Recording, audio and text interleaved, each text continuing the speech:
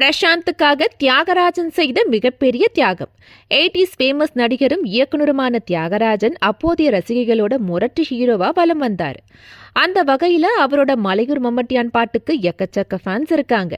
நடிகர்களுடைய வாரிசுகள் சினிமாவுக்கு வர்றது வழக்கம்தான். ஆனா மெடிக்கல் படிக்க இருந்த மகன் பிரசாந்துடைய லைஃப் சடனா சினிமான்னு மாறிடுச்சு. ஆனா அதையும் பாசிட்டிவா எடுத்துக்கிட்ட தியாகராஜன் பிரசாந்த் கெரியருக்காகவும் அவரை ஷூட்டிங் ஸ்பாட்ல கண்ணும் கருத்துமா கவனிச்சுக்கிறதுக்காகவும் சினிமாவில இருந்து விலகிட்டேன்னு பெருந்தன்மையா ஒரு இன்டர்வியூல ஷேர் பண்ணாரு தியாகராஜன்.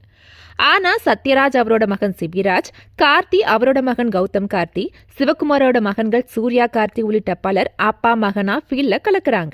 ஆனா ஒரு காலத்துல டாப் ஸ்டார் காதல் இளவரசன்னு பேர் வாங்கின பிரசாந்த் இப்ப மறுபடியும் அந்தகன் மற்றும் கோட் படம் மூலமா மிகப்பெரிய கம்பேக் கொடுத்திருக்கார்.